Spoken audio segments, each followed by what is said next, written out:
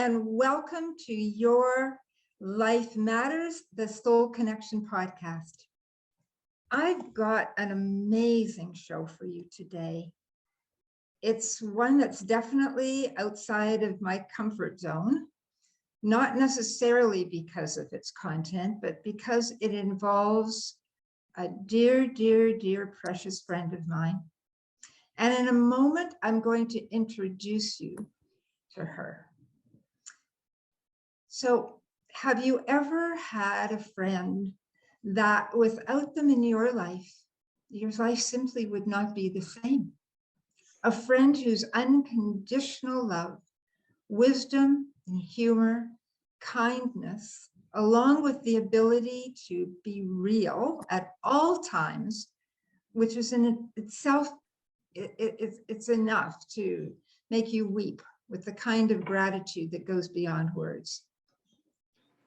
For me, that person is the woman that you're about to meet, Judith Rockert. Judith and I spoke last month. She called me to tell me that the doctors told her that she didn't have very long to live. Well, that was enough for me to fly the 3,000 miles from my home in Victoria, British Columbia, to hers in Toronto, Ontario. And what I didn't know about Judith is that she actually has a death date. And she's chosen MAID, which is medical assistance in dying. So on June 27th, 2022, that's 15 days from now, Judith will take her last breath. It's almost impossible for me to wrap my head, let alone my heart, around that. Now, this is my first experience with someone who's chosen assisted dying. And what's remarkable to me is if you were to know Judith and meet her, even now, or talk to her on the phone, she's one of the most positive, upbeat, incredibly optimistic people you'll ever meet. And she told me, Junie, I'm not afraid of dying. I'm going on to my next adventure. I'm afraid of living in a body that's rapidly breaking down, and God forbid, it would be up to my family to have to take care of me.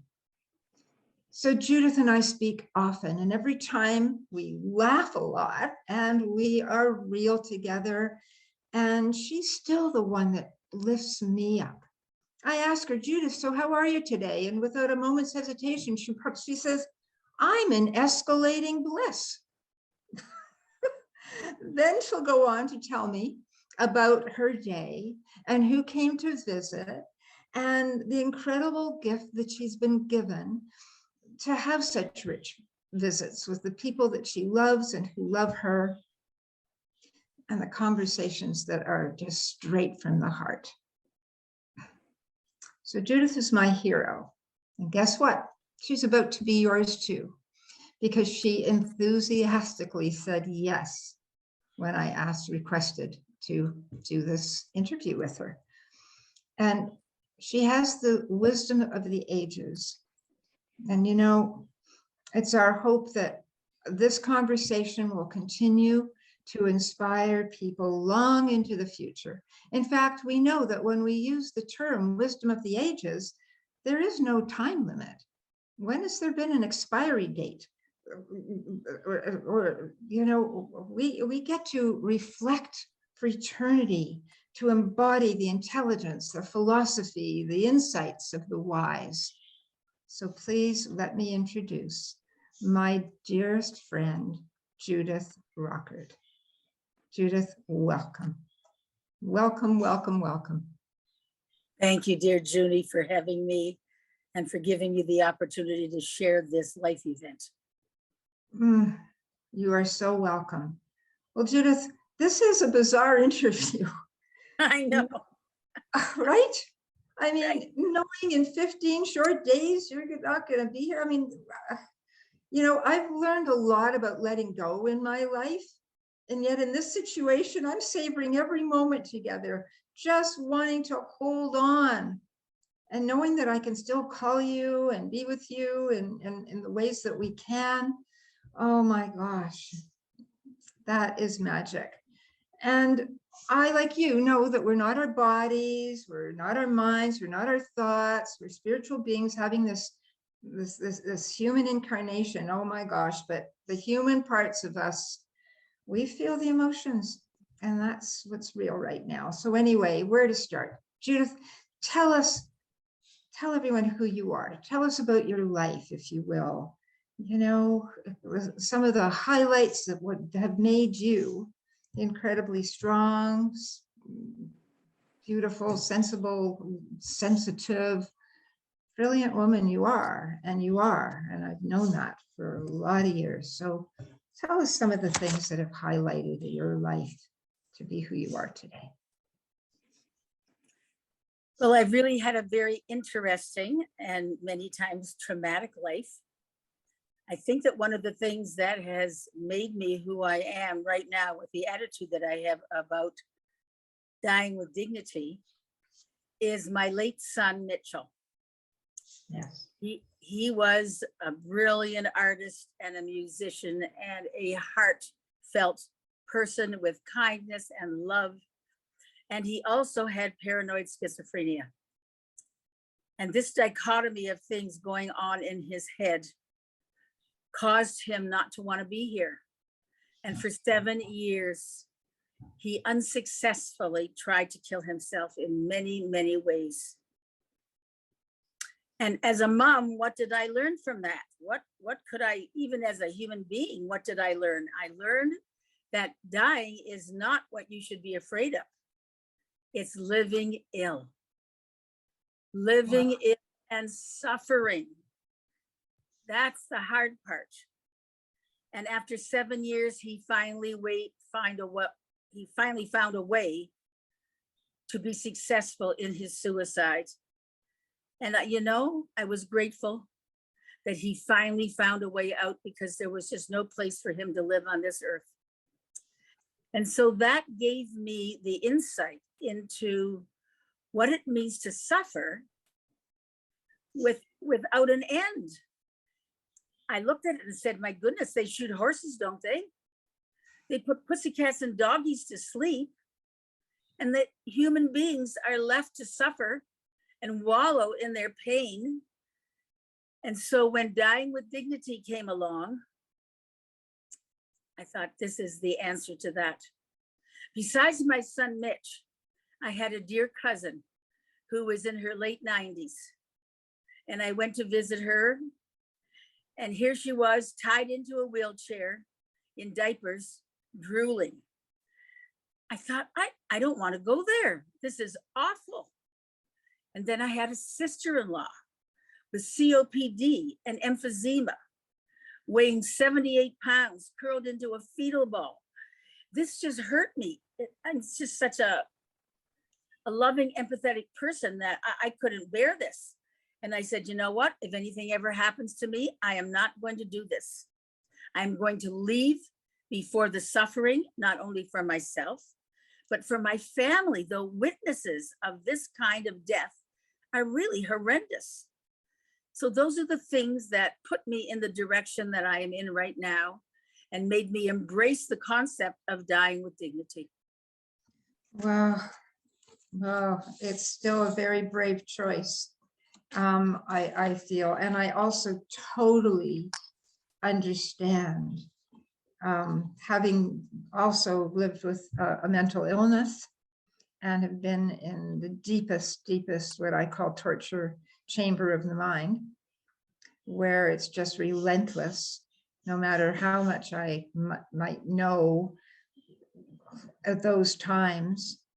It doesn't really matter what I try to exercise, what yoga, what journaling, what wisdom, it just doesn't come through. And in fact, that's how you and I met, because Yes.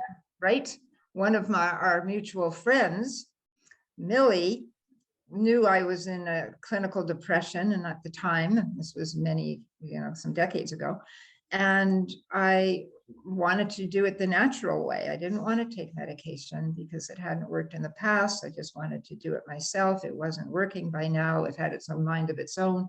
So she knew what you went through with Mitch. I hadn't known you before that. And you just showed up in my house and you were very, very clear.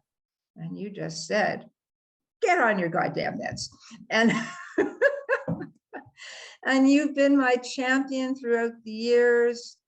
And I wanted a way out. And just like Mitch, it wasn't a matter of not wanting to live. I love life.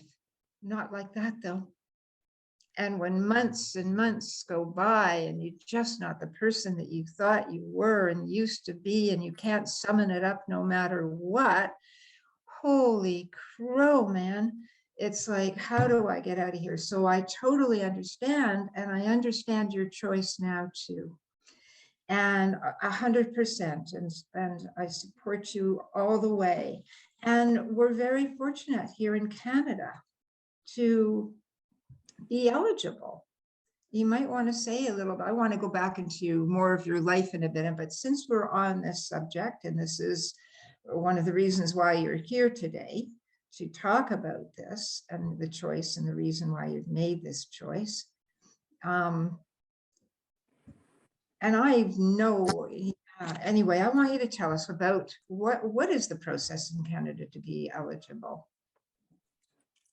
So I'm going to read you what MAID says. So I'm not going to anecdotal it. It's going to be right from the horse's mouth. Okay. Who is eligible for MAID under Canadian law? 2 independent healthcare professionals must evaluate an individual to determine whether they qualify for MAID, medical assistance in dying. To qualify, a person must satisfy all the following criteria. Be eligible for government-funded health insurance in Canada. So whatever province you live in, you have health insurance and you have to be eligible for that. You have to be 18 years of age or older and have decision-making capacity.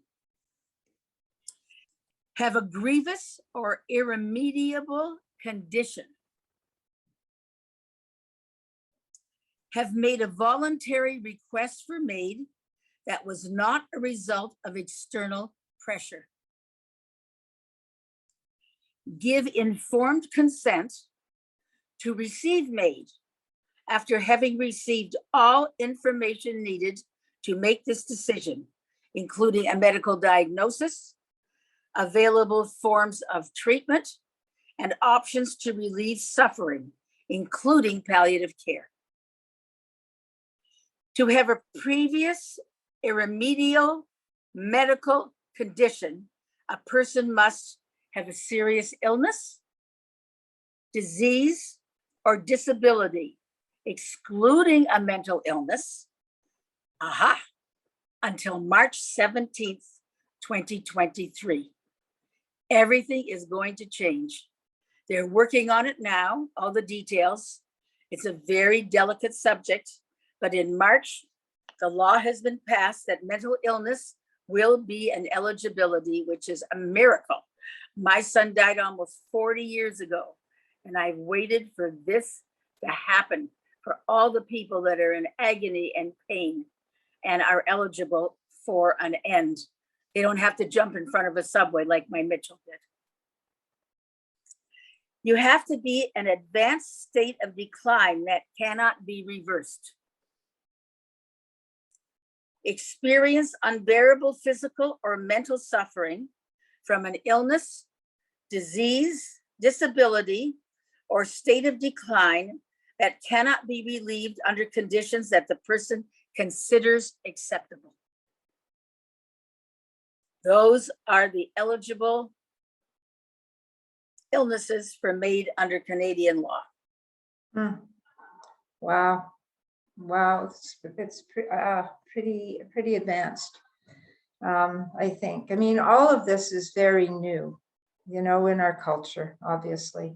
And, you know, people die out their life, they live out their lives until their last breath in a natural way, unless they choose to leave by suicide. And it's still, for me, it just will require a lot of thought around people who have a mental health condition, because I know in my own life there has been spontaneous remissions. There has been hope that's come out of, where it didn't seem to be any hope at all. And I don't think in the mental health condition or illness, the state that I was in, so that I would be capable of making that choice.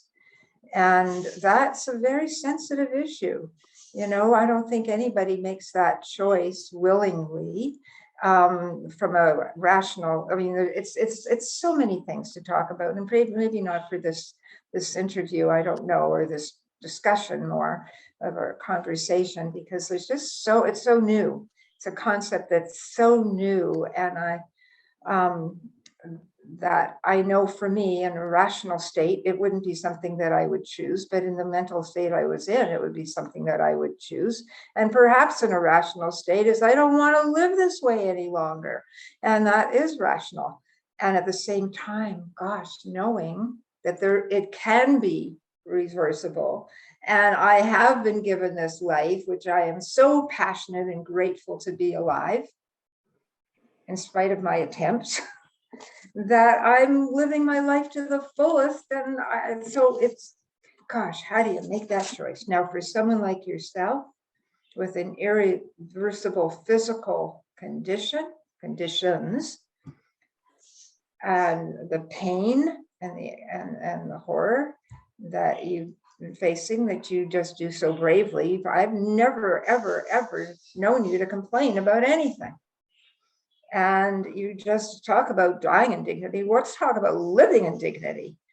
Goodness gracious, you are such an inspiration and a banner. You got the T-shirt for hope, and for how to live our lives to the last breath with full passion and excitement. I mean, there I was in Toronto. I put my dear friend Junie on the line, and you said, "I'm so sorry, Junie, I'm not going to be able to be at your wedding and meet Junie and your maid of honor." I said, "Well, let me put her on the line." The next thing I know, you invite her to come and visit you. And not too many people at the stage you're in would want to meet new people. And what's your response to that, Judith? When I meet a soul sister, bring her on. That's absolutely. Listen, 35 years ago, I had a big change in my life. And I said, from this moment on, I'm going to say yes to everything. I don't care what it is. There may be some suffering involved. There may be some very joyous events involved. But who gets through this life without scars? If you don't have scars, you haven't lived your life. And I wanted it all. So I said yes to everything. And so when Junie was presented to me as your friend and somebody who was a like-minded thinker, I couldn't resist that. And when we met, it was like electricity. It was so wonderful. Oh, God bless you. I love it. Tell us some of the things that you said yes to 35 years ago when you just said, I am going to be living my life to the fullest. I said yes to a divorce. I said yes to leaving the business that I had built for 20 years. I said yes to meeting new people. I said yes to starting to travel. I have a food allergy, a very serious, fatal food allergy called anaphylaxis. And as a result, 3 times a day eating is a challenge, but I love to travel. I was in the travel business. Yes. Didn't do a lot of traveling while I was in the business, but when I left the business, it opened up for me. And so I realized that I'm not supposed to be more than 10 minutes from a doctor when I eat. And the only way I can travel is on a cruise ship. There's a medical doctor on board. So I chose to cruise. The limitations were I would only see the world from the perspective of a port that this ship could pull into. I could never see the interior. Oh. That was fine for me. However far inland I could go on a day trip and take my own food from the ship, that's what I did. I figured out a way to eat. I made salad dressing at home and took it on the ship in huge, big things because you can eat a salad any place. I made baked potatoes and wrapped them in tin foil. I remember sitting in the Athens airport eating a sweet potato wrapped in foil. I did whatever it took to allow me to have the experience of travel and seeing the world. That's And what I did you did. not offer that to other people like that too, who had a food allergy, serious food allergies that allowed them to travel in the same way? I talked to the chefs where you were going beforehand, and they would get to know you and make only what was going to be possible for people to eat. Did you not do that? Or am I making that up? No, well, the part that you're making up is telling other people about it. Ah, It was my relationship with a chef, anybody who had the responsibility to cook for me. I had my allergy typed and printed on a laminated sheet. uh-huh. So before I would allow anybody to feed me, I had a conference with them to discuss their menu, my limitations, and how we could prepare a safe meal. So once I got on the ship and I had that meeting with the chef, it was smooth sailing. He knew my allergies, and I would choose whatever it was, chicken with blah, blah, blah. I would say baked chicken plain. I would adapt. And so that way I didn't ruffle too many feathers, and I got to eat something plain and simple that was safe. And then from that, I learned how to eat in restaurants. I would contact the chef on the phone before I went, tell him my story. I would email my allergy list. We would go over the possibilities. We would design a menu, and I would go to the restaurant. It's a federal case to go out, but I did it because I have a zest for life. I didn't want to stay home, which is what people do. Well, that's just it. That is what many people do. They say, well, no matter what it is, guess I can't do that anymore. Not Judith Rockert. You figure it out. You just figure it out. Yes, I can. Your resiliency to come back into life after losing your son, after all those years of the torture that he went through, that you witnessed, and all of the grief that went with it throughout his life, and then of course afterwards as well, because you know he's not there, and I get that you would absolutely know that he's free and not suffering, and there's still that human element. You can't hug your son anymore, but you know, yet you are not one of those people, for goodness sakes. I mean, I've just been facilitating a workshop for over 25 years now called Rewrite Your Life. Right?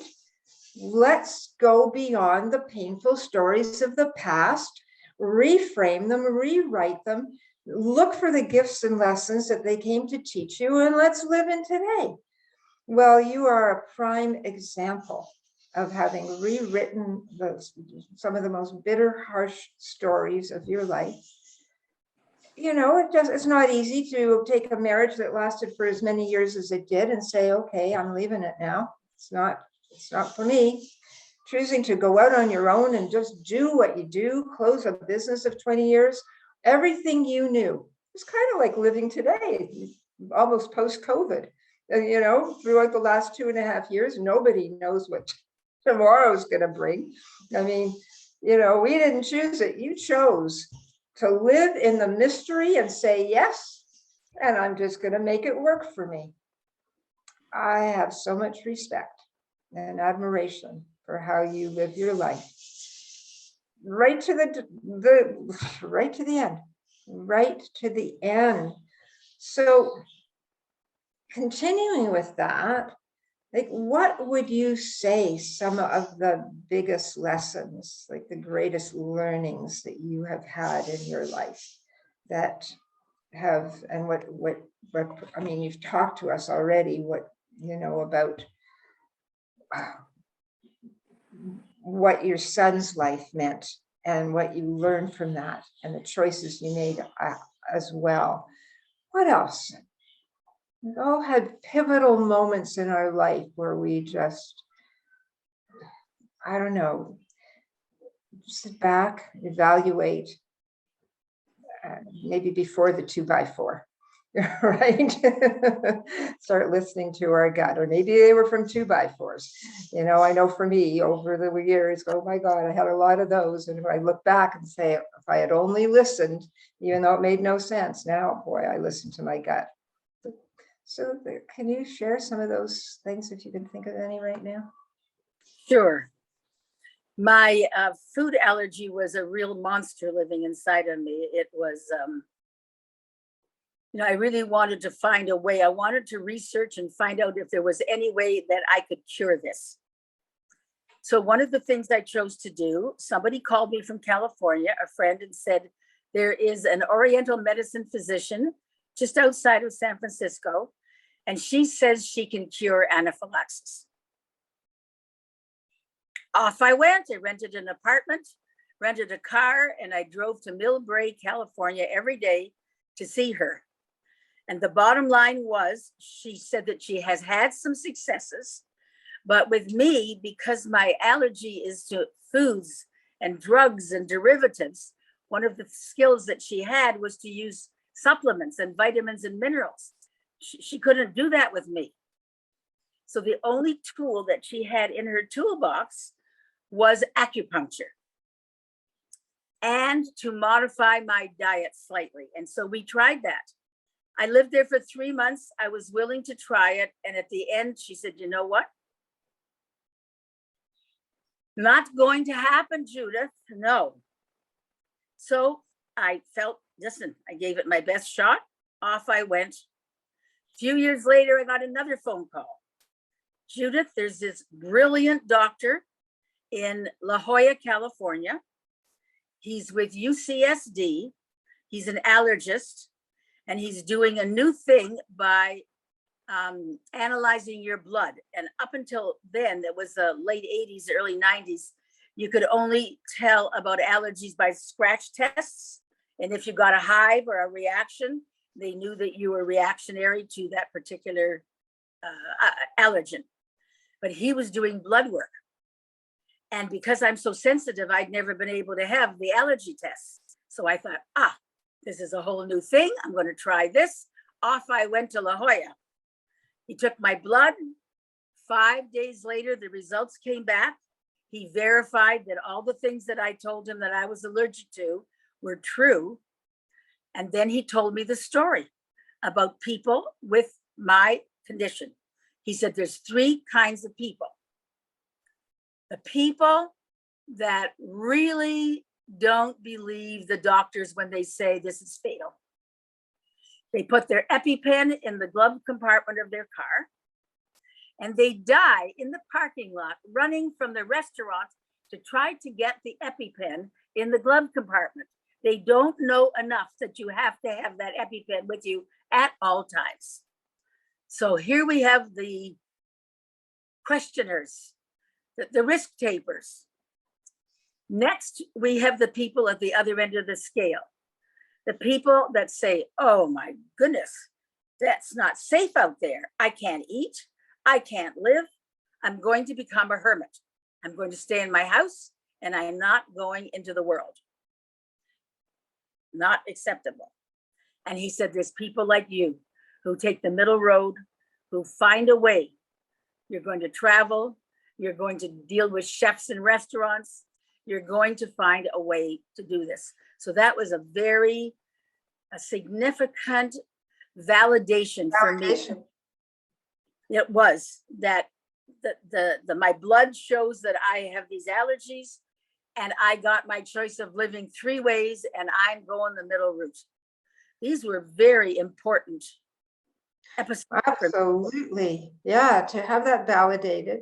You already, through your own knowing what you were allergic to, you made those, you lived to make sure that you didn't eat those things, ingest and vibe, and then you got proof. And it would be. Well, you've just lit a fire under me, because I am someone who doesn't keep an EpiPen other than in, I think it's in a drawer, and it's in a golf, and David has one Do you too. have allergies? I'm allergic to bee stings. And I also, my throat starts to constrict. So I've only been bitten twice, but both of those times I had that very serious reaction.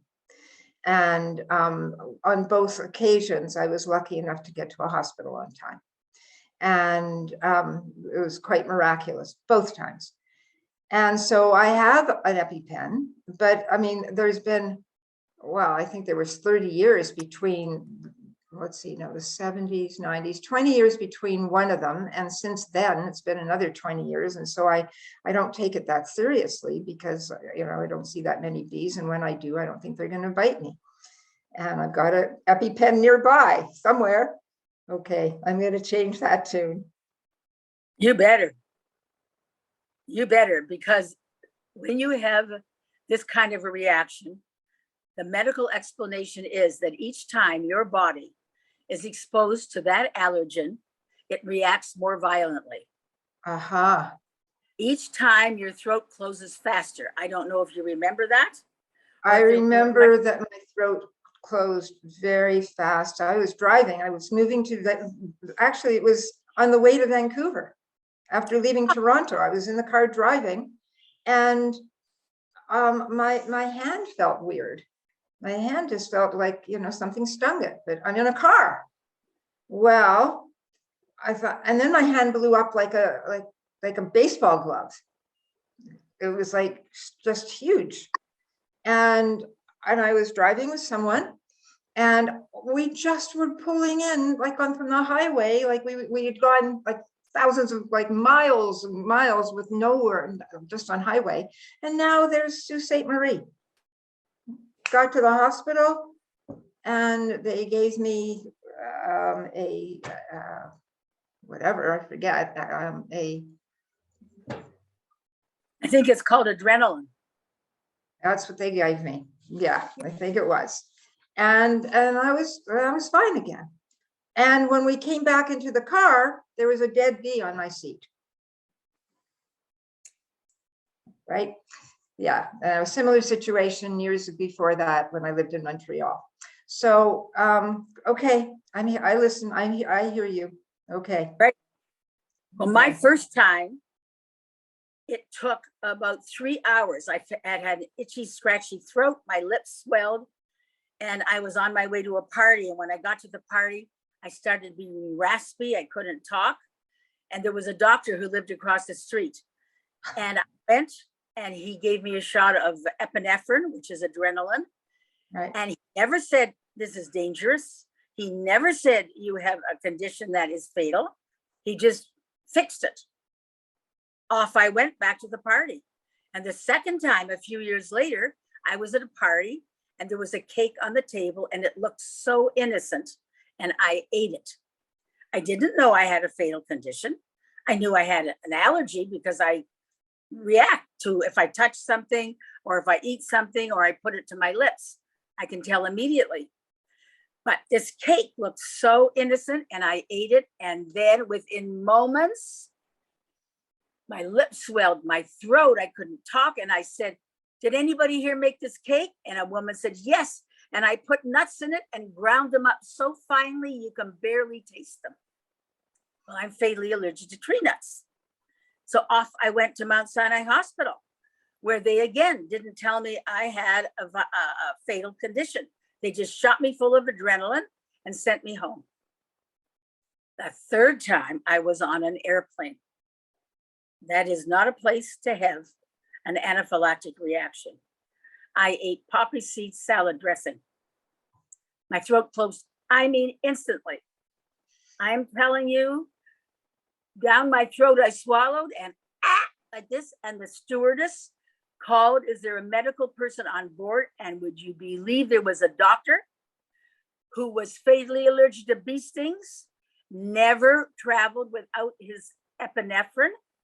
He shot me. He came to me right away. He could see me. And he shot me full of adrenaline and cortisone to stop a recurrent reaction. And after the situation has subsided, he said, do you realize that you almost died? If I hadn't been on this plane, that was it for you, especially since he heard it was my third time. He said, you were to go home, you were to go to an allergist and find out about the fatal condition you have. Wow. Was You wow, you sure had angels. honestly, can you imagine him being on the plane? I mean, No. well, you have to believe it just wasn't my time. This is my Well, time. yeah, this is your time. Going back to this is your time. Have you noticed how well I've been avoiding talking about it? Dig in, Miss Junie. How have your family responded to your choice? My family have known for the past 10 years at least that my attitude was, I'm not afraid of dying, I'm afraid of living ill. That group of words is something that I have pounded into them. Don't save me, I want a DNR. I do not want to live as a vegetable. That is not my concept of living. And so this is nothing new. What is new that I kept it quiet for many years.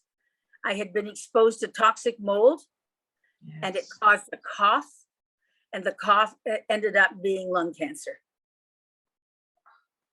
I didn't tell anybody because it was very slow growing and there was nothing happening immediately.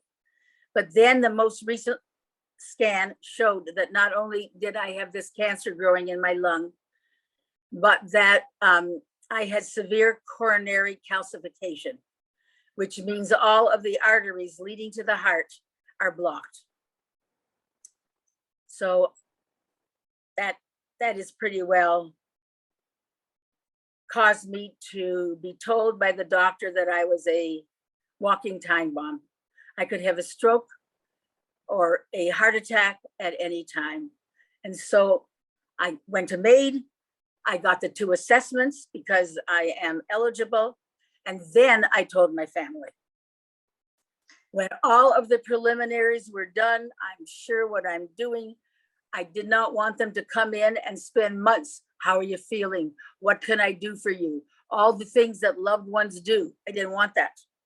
So I told them at the end, when there was a couple of months to go, they could digest it. They could learn about what it was going to be like to live without me and how we were going to say goodbye. They have been so supportive, Junie. Honestly, wonderful, wonderful, wonderful. My family is delicious, wonderful human beings, as have all my friends been from all over the world. They get it. They know me. I do not want to live as a vegetable. I will not, and I will not have anybody do anything to my body. I am so delicate with my allergies that any kind of intrusive treatment that they want to do probably kill me. So I have refused all treatment because that's the way I feel about it. I'm finished. I've lived such a great life. I have no regrets.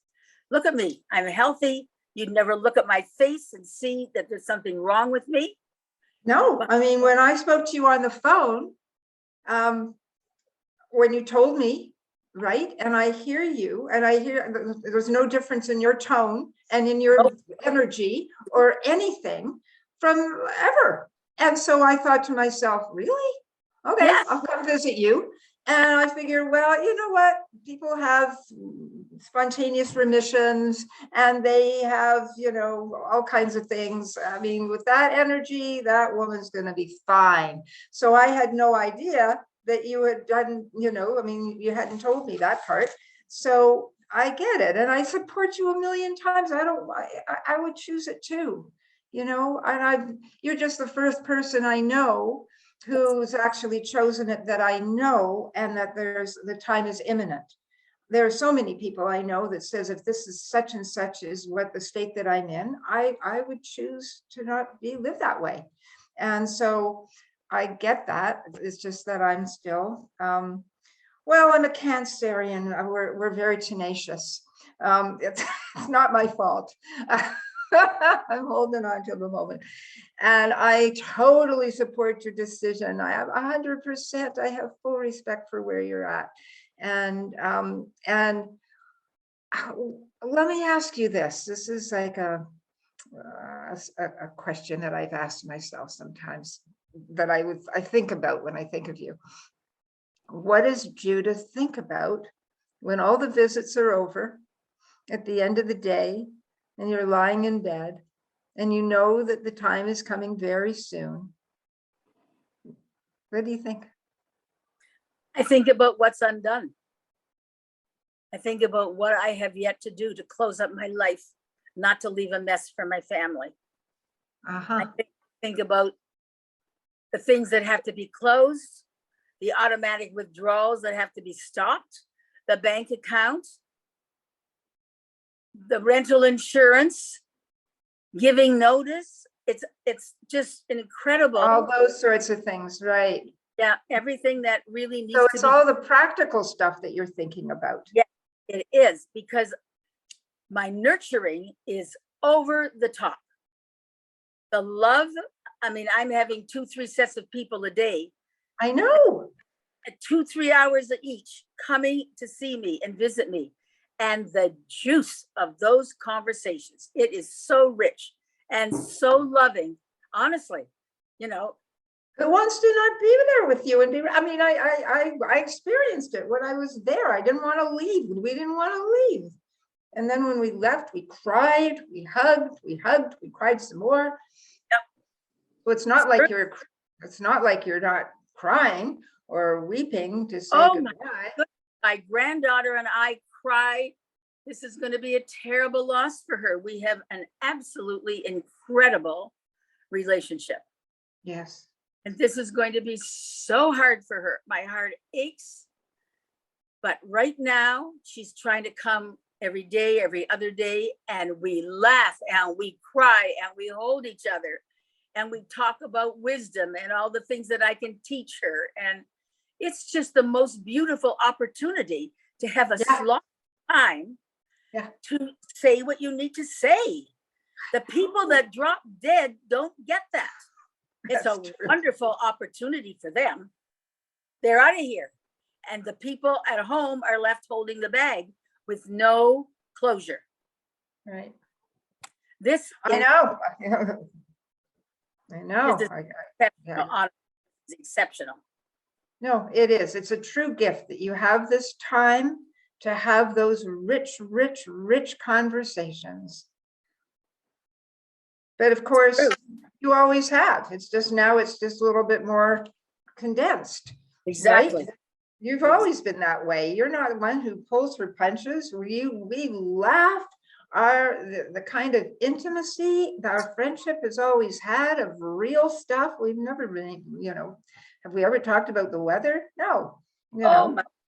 That's just not in our, I had a friend, Davida, she passed away as well some years ago. You might have known Davida. And she used to say, there's some people, when you scratch the surface, there's more surface.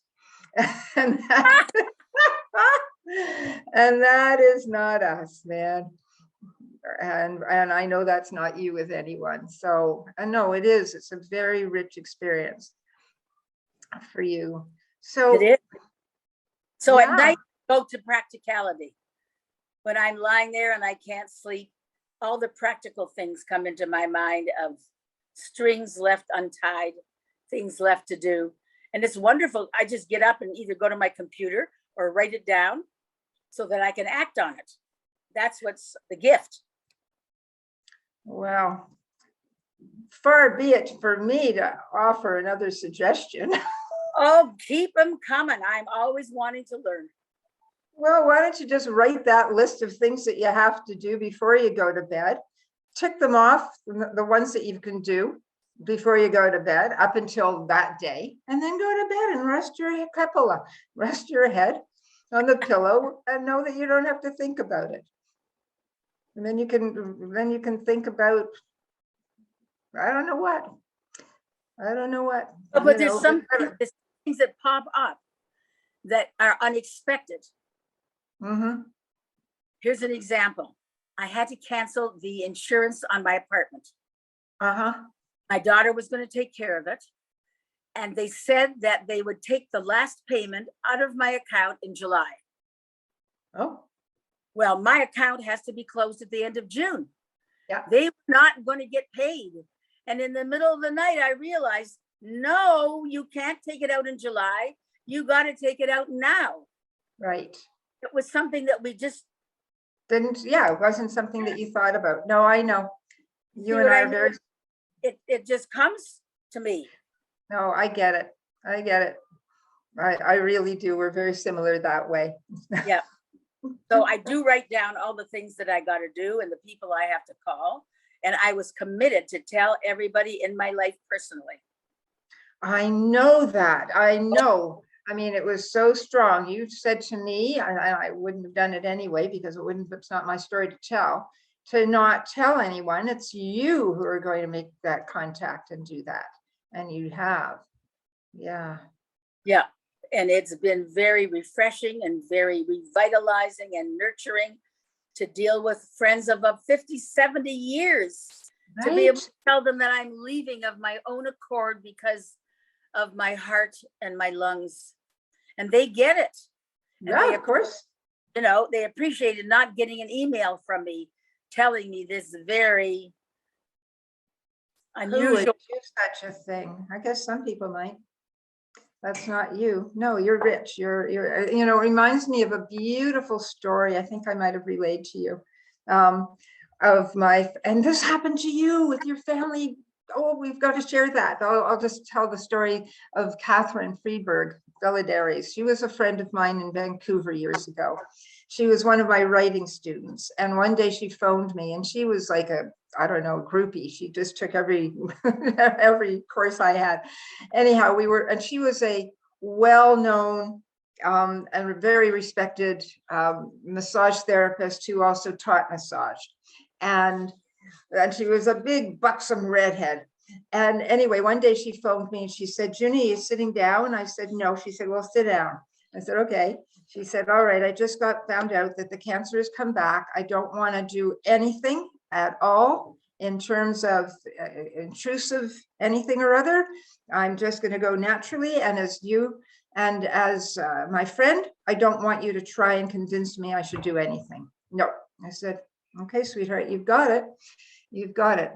So what she did was, first of all, she said, there are a few other things I need to write. I want to be able to write a few other things. Anyway, so she did. We worked together. She said, good, I'm completely clear. There's nothing I need to say to anybody. I got it out of my system. I'm perfectly fine. It didn't take very long.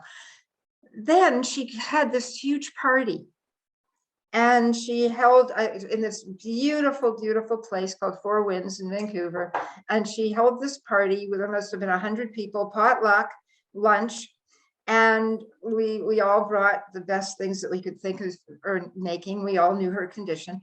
And oh my God, she had the best sense of humor in the world. My friend Jaya and I went to her place one day of work, right? Because she was still working, right? As long as she could work, she'll work. And she was, so there was a course that she was teaching that's coming up, and Jai and I were waiting. We were just going to go out, the three of us, to the beach. And as soon as, she got off the phone. So she's on the phone and you could hear her. And she said, yes, I'm still teaching that course. Yes. No, you cannot pay me in installments. I could be dead by then. Anyway, Catherine did this huge thing, 100 people. And then after lunch, she went around to every single person and told us all how we have impacted her life. And she said to me on the phone one day, she said, yeah, I'm going to have this party. I don't care what you do about me after I'm dead. I'm going to have my own celebration. And didn't your family just do that with you and tell you what you've meant to them? Exactly. It was the reverse. They did. They prepared a book And my daughter had asked each person to write an impact statement, how Judith changed their life, impacted them in some way or another. And it's a book of a memory book with pictures and words. My daughter said she cried. My granddaughter said she cried. She could barely get through the whole thing. And I haven't opened the book yet because I know it is going to be a cry that is just going to be lasting. I may only be able to read one or two at a time, but that's what's in store for me. So that's what it was. Wow, wow, wow, wow, wow. Were are you planning on reading them with anybody there or on your own? Well, my daughter and my granddaughter put it together, so they Right. know one. So I may choose a very dear friend and read it with them. I probably can only get through one or two at a time. I've been warned. They are very powerful. So we'll see. Yeah. You'll see. You'll see. How Maybe you'll beautiful. put with me on the phone. Maybe I could read it on the phone and we could share it. Oh, it would be my honor. It would be my absolute honor. That And might it would be awesome too if you had somebody right there that you could hug you physically right so there. there should be 3 of us in the event. I'm in. Wow. I'm in. I'm in. Ah, Judith, so my darling.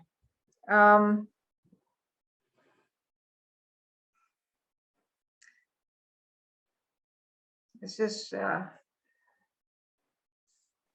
is there anything that you want to offer, anything else with respect to having lived this life you've lived? You've already given us so many rich, rich ways of living life to the fullest.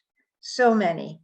Is there anything else that you can describe as your living legacy, your philosophy of life? Yeah, as a matter of fact, I have just produced a 2-page, 3-page document on philosophies that I have adapted through my life.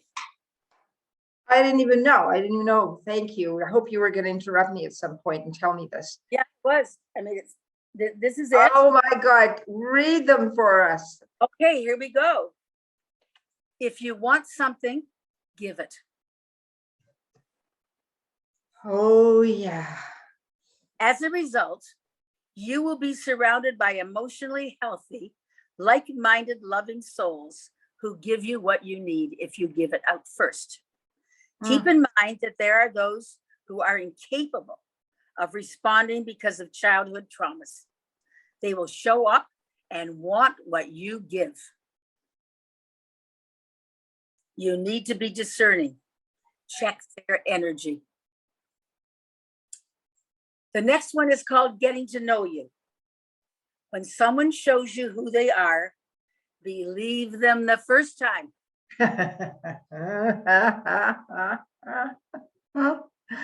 Love it. There are destined to be surprises as you go through life. Be prepared for the unexpected. You will grow with each one. Mm-hmm. This is a Maya Angelou, but I love. I've learned that people will forget what you said. People will forget what you did, but people will never forget how you made them feel. Yeah.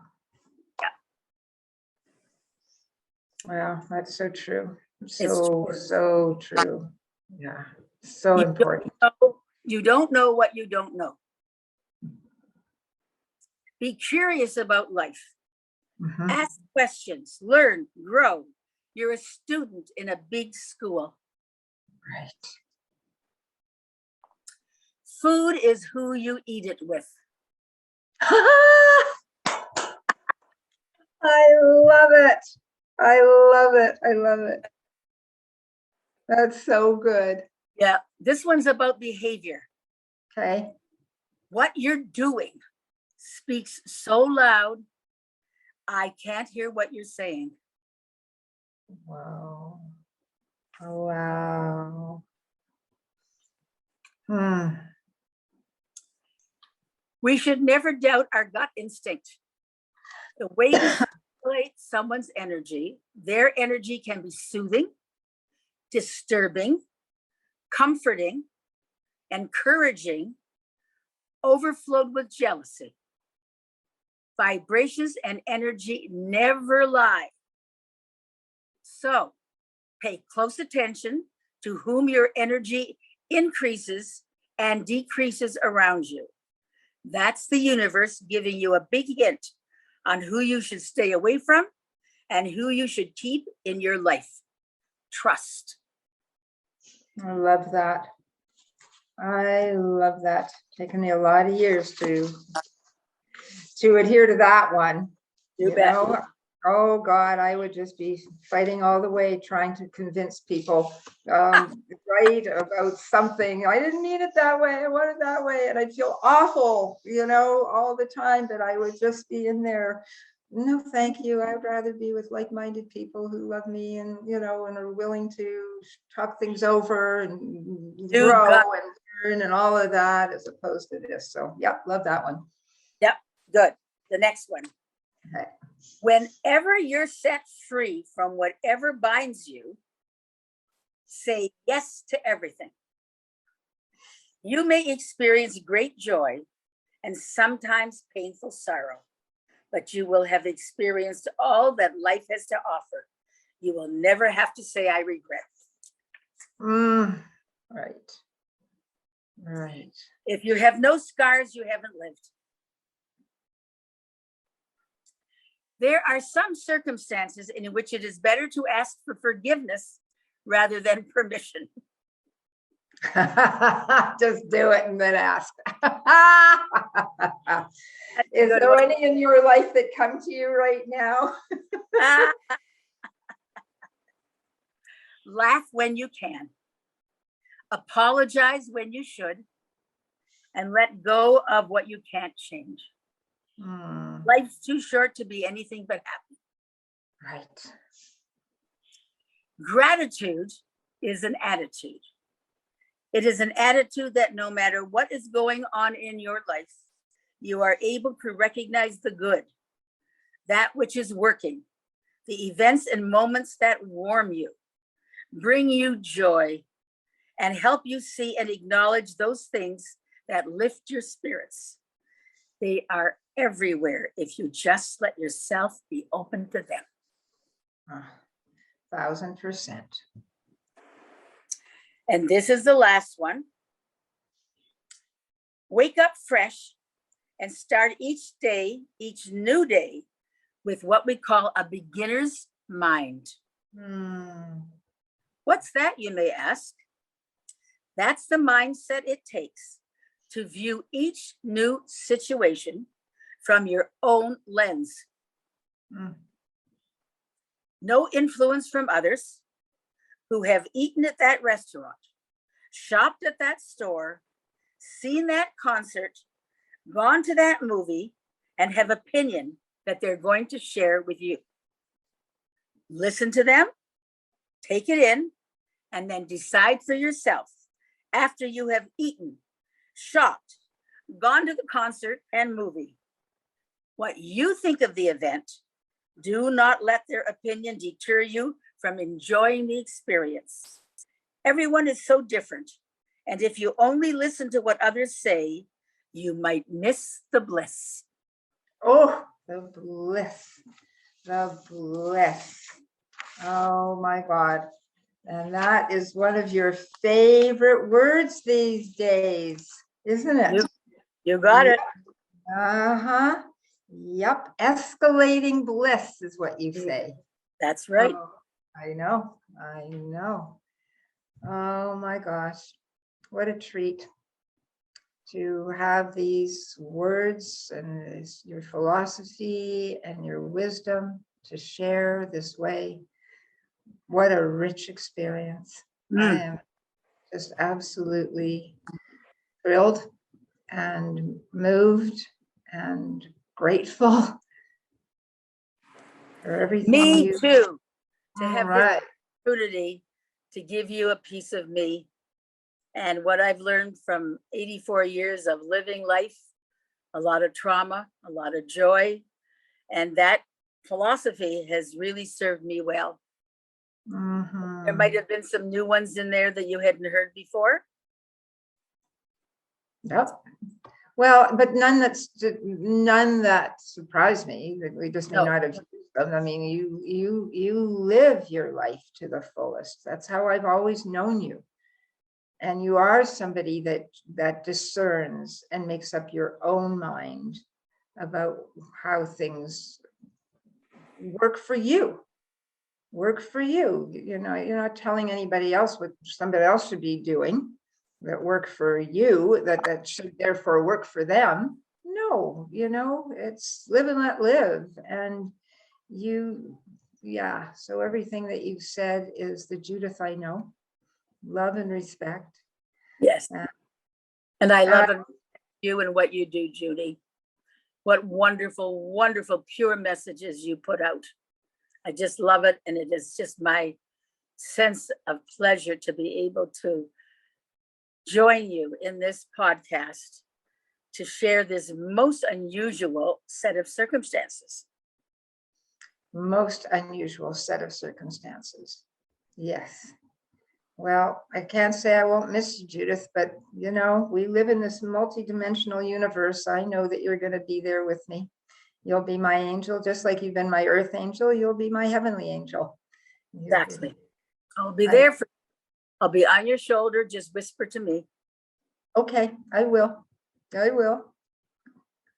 Is there any song you would like me to play? I never thought of this one before, that you would like us to have sung or played at our wedding. David fell in love with you.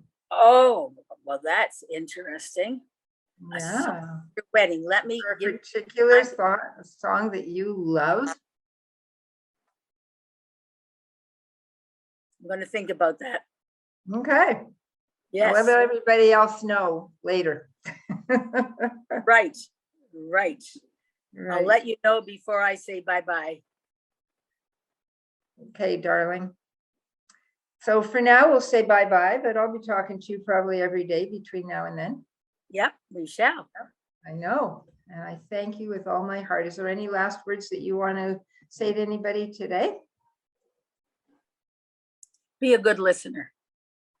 Oh. Be a good listener. If you really want to engage with someone in a conversation where they feel listened to and heard, and everybody wants to feel listened to and heard, just be quiet and listen to what that person is saying to you and give them feedback at the end. No criticism, just listen. Because I've had people say to me, to be engaged with you, Judith, is like nobody else. You listen, you hear me, you give me feedback. And so I can tell that it's a very important characteristic. It's something that people need, because most people want to talk. And while they're listening to somebody else, at least supposedly listening, they're talking over that person and telling about their circumstance. Hi, I went to Greece. Oh, well, I went to Greece too, and blah, blah, blah. So you never really are heard. It's human nature. And it's an active listening. I studied active listening. And it's a very important component of me. And it has served me well. I would say to people, listen to others. Never mind talking about what you did, what you want, what you think, because this is their chance to tell you about them. So pay attention. Well, you know something, you are one of the most incredible listeners that I've ever known. You hear every word, you acknowledge, you hear, you are just so present. And it's always been that way. And I just love you for it. And I know how important it is. It's enormous. I mean, in my therapy practice and in my writing, you know, Yeah. it's one of the first rules that I have in my programs, in group programs, is that when you're listening to someone's writing, when you give feedback afterwards, well, first of all, it's always about what stood out for you that you loved and that you liked. It's never, or my stuff's never about critique, whatever. But it's not like, oh, I relate so much that, you know, it reminds me of my time that I spent with my Auntie Ethel, and we went to no. Just like you were saying, nope. You can just say, wow, this really moved me. Later, you can talk about that when you talk after hours with the person, but not now. You're just there to reflect back what you heard. Yes.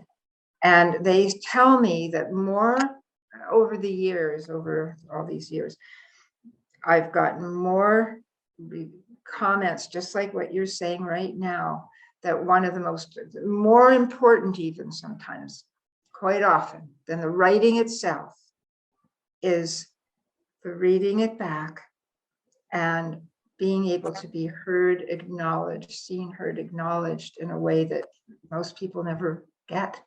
Absolutely. They're too Yeah. busy interrupting you to tell you about their stuff. They're Yeah. really not there to hear about yours. So it's just a matter of what level you really want a relationship to be on. That's what it's about. Yeah, it's true. Yeah, yeah. Well, I'm glad that you added that beautiful words of wisdom, and I thank you. I hope I've been listening well. Oh, And you are the best. You are the best. You are the moderator of the moderators. You are. I'm telling you, Junie, you are so good at what you do. I admire you so much. You're my thank you. beautiful soul sister. Absolutely. Well, it's mutual, darling. Thank you. Thank you. Thank you. Mwah. Pleasure, sweetheart. Go with the angels. Oh. Thank you. Thank you.